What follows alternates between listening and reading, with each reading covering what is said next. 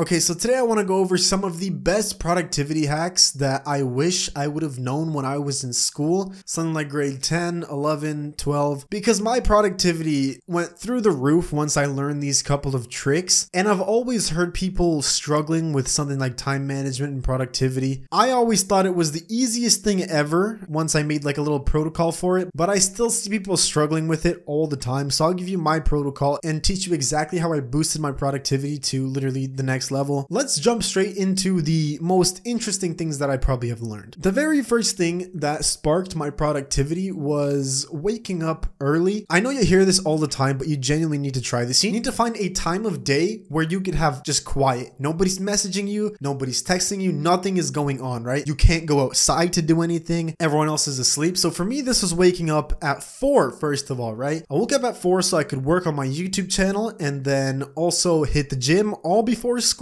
right? As I was the most productive in the morning. Now you could also find the same time at night, so you would just wake up later and then work later in the night. But why I like the mornings personally is because you are on an empty stomach. Now, if you've ever felt tired after a meal, there's a reason for that, right? When you ingest carbs, you become more lethargic. So this is why I would like to work fasted in the morning. You'd want to wake up in the morning, have a black coffee or something like that, maybe chew some nicotine gum, and do the deepest portion of your work in the morning. But if you really can't get yourself to wake up that early, sure, do it at the night, but just try to fast maybe 6 hours before you do it for the mental clarity. The worst thing you want is working right after a big meal because you will be tired, your brain will be full of fog, and it's just not optimal whatsoever. If you want, the key to waking up early is every week take off 30 minutes of your wake up time and go to sleep 30 minutes earlier, and you will slowly adjust your circadian rhythm to a whole different sleep schedule. It's very easy. It'll just take you a while, right? So let's get on to the next one. Probably the next greatest thing was the book that I read called Deep Work. And essentially this is all about how we don't really work that efficiently because we tend to spread out a lot of our work over a long period of time and distract ourselves, right? So there has been studies done that if you are working on some, let's say you're doing your homework, right? I'm doing my homework or I'm doing math, right? Whatever you guys are doing, like AB squared plus 3C. I don't know, bro. It's not like I finished school. You're doing your math and you get a notification, right? First of all, if your phone is not on do not disturb, bro, my phone has been on do not disturb for the last 3 years. Turn it on do not disturb, turn it on black and white, get all the dopamine out. Doing your work, you get a notification. Oh my God, Barbara has texted me. That right there. Just because you check the notification on your phone, you have lost 20 minutes of concentration. It will take you another 20 minutes to get back into the same productive headspace that you were in before you checked the message. And this has been scientifically studied. So if you don't believe me, you can check out the book. It's called Deep Work. Read it for yourself. It's all legit, but that's not the end of what the guy talks about within the book. You want to create a ritual for your work. So for me, it was waking up in the morning, doing some meditation, doing some journaling, drinking a coffee, and then working. You want to have the same type of thing. Let's say you work later in the day. What you want to do is also have some type of ritual. So let's say you get home from work. Let's say you eat, you watch a show or something, and then boom, you start your ritual, right? Let's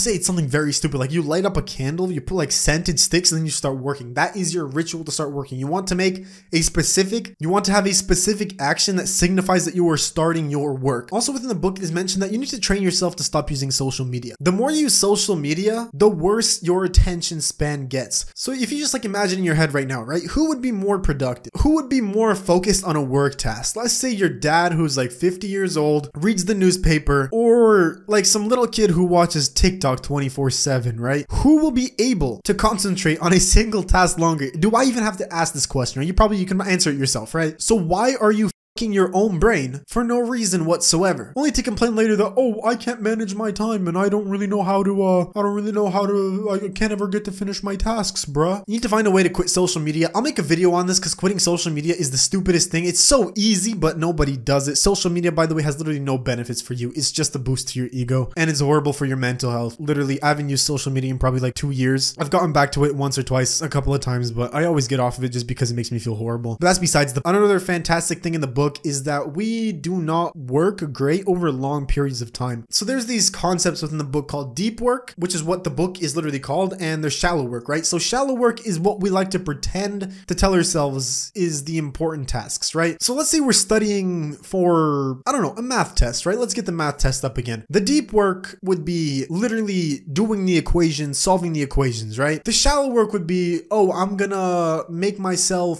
myself a memorization sheet eat. I'm gonna go sharpen my pencils. I'm gonna go fill up. I'm gonna get a new pen. I'm gonna call my friends and we'll study together. We'll study together because that's so good. Oh, because they're not gonna distract me. And oh my God, it's gonna be fantastic if I study with my friends. So you need to distinguish between what is shallow and what is deep, right? Like if I am recording a YouTube video, this is what my deep work is, right? My deep work is speaking to the camera, writing a script, something along those lines. The shallow work would be uploading the video, making a thumbnail, changing my channel banner, right? You've probably heard this a million times if you ever watch like any self-improvement people, right? But it's 100% true, right? You want to focus on all the deep work, and that goes for everything in life, right? That's where you're going to push the most forward, right? In your path. Now, it's also been shown that you can only do so much deep work before your productivity goes down. So deep work kind of works like this, right? You can be focused for a certain amount of time, but once you try to do more deep work, the quality goes down like it tragically, it just demolishes, right? And you want to find periods of rest. So you can only really do at first an hour of deep work per day. Once you build that up, you can get up to 4. You can maybe push further, but it's not really recommended to do more than 4 hours of deep work per block of work, right? So let's say you wake up in the morning like I did. I would do 2 hours of deep work before I would get exhausted, because then you will feel yourself not being focused on the work. You'll find yourself distracting yourself more and more. You'll hear like a bird chirping and you'll try to,